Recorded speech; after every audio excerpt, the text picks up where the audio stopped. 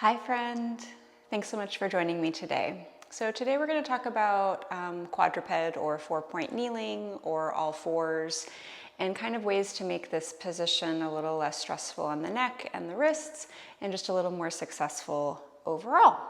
So two of the main kind of complaints we get about this position are that we feel pressure on our wrists and that the neck is a little bit unhappy. So we're going to deal with that, but first what I want to take a look at is kind of the positioning of the shoulder girdle and the chest muscles and kind of the organization that needs to happen in that area. And maybe once we do that, the wrists won't feel quite as taxed and the neck will feel a little bit happier.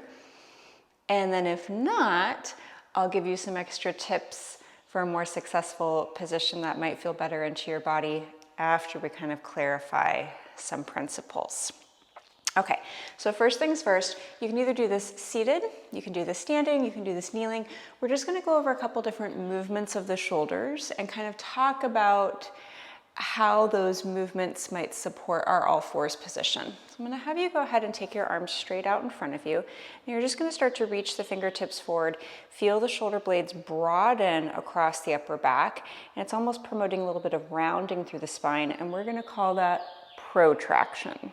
Okay, vocab word for today, protraction. You have one more. Now, we're going to go ahead and draw the upper arm bones back, kind of squeeze the shoulder blades together. Feel how that makes the ribs stick out. We're going to call this retraction. Okay, so we have protraction and we have retraction. Let's just do this a few more times. It's a really nice little warm up for the shoulder blades too. And so what we're going to consider when we're in our all fours position is that we want to find just that lovely midpoint between these two extremes. So the shoulders are neither too protracted, promoting that kind of rounding in the spine, collapsing of the chest. You can see how my head kind of naturally goes forward. Could be one of the reasons why your neck doesn't feel so great. And then we also don't want to get too retracted because that's going to let the ribs stick out and then the abdominal wall has a really tough time turning on. The head also tends to jut forward in this position. Oh darn, the head. So it also might be another reason why your neck doesn't feel so great in your all fours position. Let's do two more, forward and back.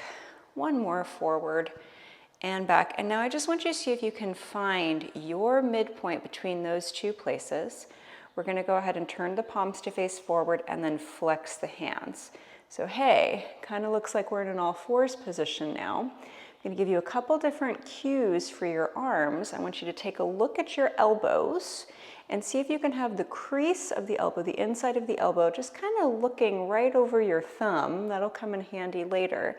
Now we're going to micro bend those elbows so we feel the inner arm muscle, that bicep, start to contract a little bit. And then without moving your hands in space, just think about hugging your hands towards each other. So I'm not moving my hands. I'm just micro bending the elbows and feeling like I'm trying to drag the air closer together. And you might feel some armpit muscles kick on. And we're just going to breathe here. Lots of work for the shoulders, lots of work for the arms. One more breath, keeping those elbows micro bent, dragging the hands isometrically towards each other. Whew, hello, I'm starting to get warm. And then let it go. So we're going to consider all of those little tips when we make our way down onto all fours. Let's go ahead and just interlace the hands together and just start to roll the wrists around a little bit, getting them a little bit warm, a little bit mobilized, and then give a little stretch and a little stretch and a little flex.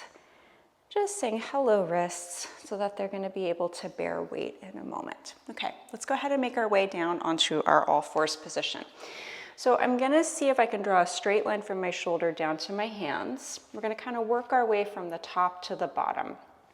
So a lot of times what happens when we go into our all fours position is we sort of unconsciously start to turn the hands in. So that looks a little bit like that.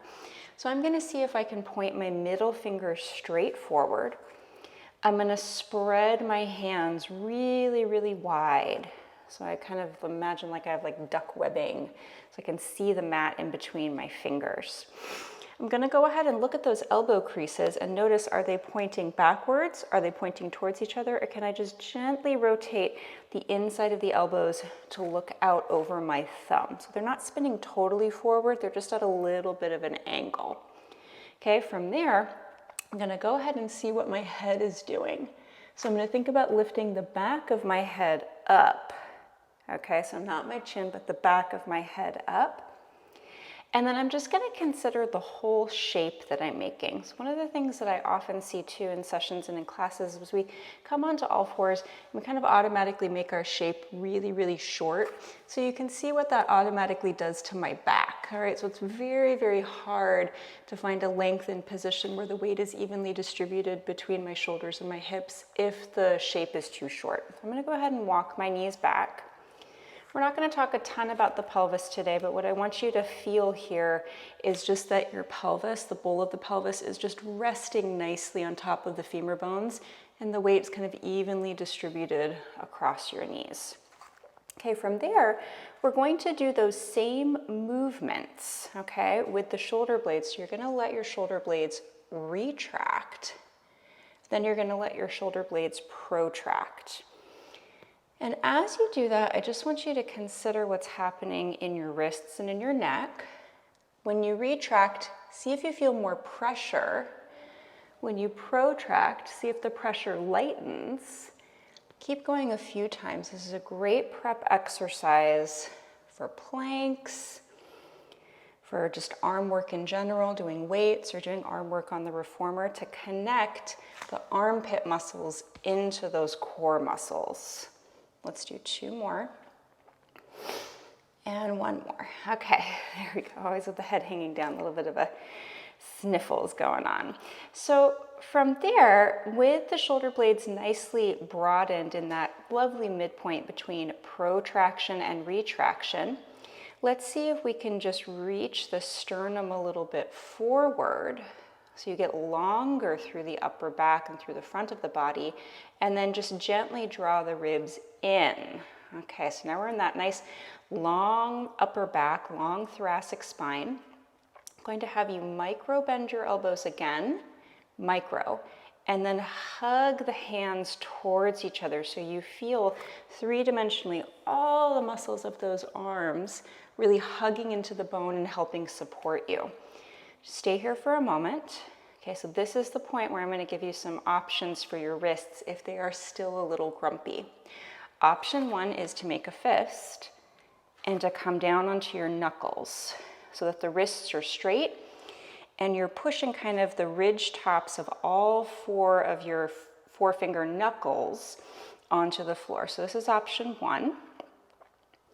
Option 2 is you can roll up the front edge of your mat, or if in a class you have a towel or a little wedge, and then you put the heels of your hands on the mat and the fingers down. And what this does is it decreases the amount of crease in the wrists. So it flattens it. So sometimes that just means that a little less pressure, a little happier through the wrists. Breathing. Notice as we're holding these positions, what's your default? Is it to really round your spine? How does that feel on your neck? Is it to start to collapse and let the shoulders come together? That could be a default too. See if you can still commit to that lovely mid place between that protraction and retraction. Hugging the abdominal wall in, and then renewing that thought every now and again of stretching your chest forward so we're really long through the front and back of the body. So nothing is getting too short in the front or too short in the back. Nice long neutral spine. Let's breathe.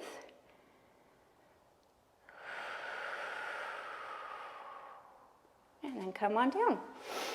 So I hope some of those tips were clarifying for your quadruped. Any of those principles can be used for plank-like positions, and you can even take some of those principles into pike-like positions like downward facing dog and even side plank positions in the more classical Pilates work. Thanks so much for joining me, and I'll see you next time. Take good care. Bye.